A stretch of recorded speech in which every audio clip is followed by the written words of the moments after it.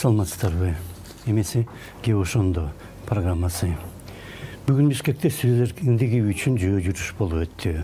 Ага катышкан 500ге жакын адам темир жол вокзалынан Эркиндик бульвары менен ылдый түшүп, ак үйдүн алдында өткөн митингде президентке кайрылып, маалыматты бурмалоо тууралуу мыйзамга вето салып, кворуму жок сессия өткөргөн спикерди жана жыйынга келбегендер үчүн добуш берген депутаттарды жоопко тартууну талап кылды.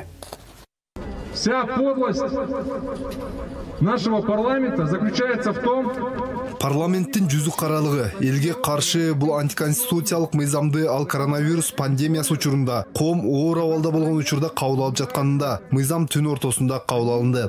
Приняли этот законопроект под покровом ночи.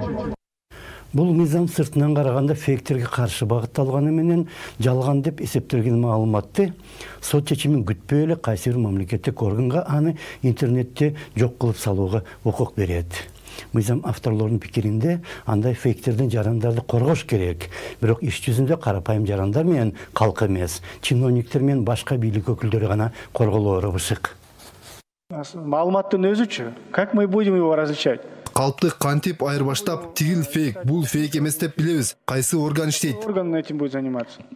Марлен Абдрахманович, андай органды кийин өкмөт аныктайт. Бирок ал бул чын. Бул калп деген чечим чыгарбайт. Ал жарандардын кайрылуулары менен иштейт. Өкмөт аныктаган министрлик жарандар менен провайдерлер ортосунда байланыш түзүп, аларды коргойт. Связываться с провайдерами и защищать их.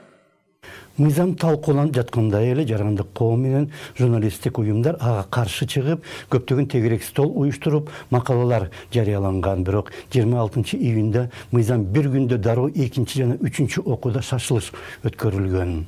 Коомдун нааразы болгону шайланаар алдында талапкерлер элдин кызыкчылыгын коргомуш болот, бирок депутаттыкка жеткенден кийин такыр башка багытта иштеп кирет. Бийлик кимдики? Бийлик кимдики? Бийлик кимдики?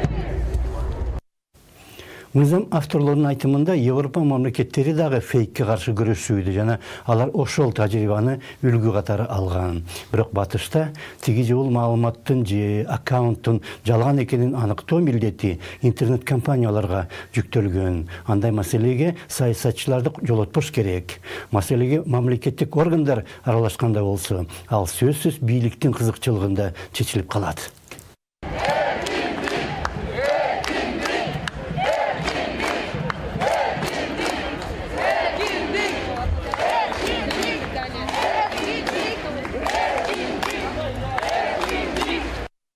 Мыйзамды Гүлшат Асылбаева менен Айнура Осмонова жазган, бирок көптөгөн башка депутаттарды колдогондуктан документтин кабыл алынышына жогорку бийлик дагы кызыктарбы деген ой кетет. Андан тышкары мыйзамдын биринчи варианты 16-жылдын июлунда Орусияда кабыл алынган Ирина Яроваянын пакетине окшош болчу.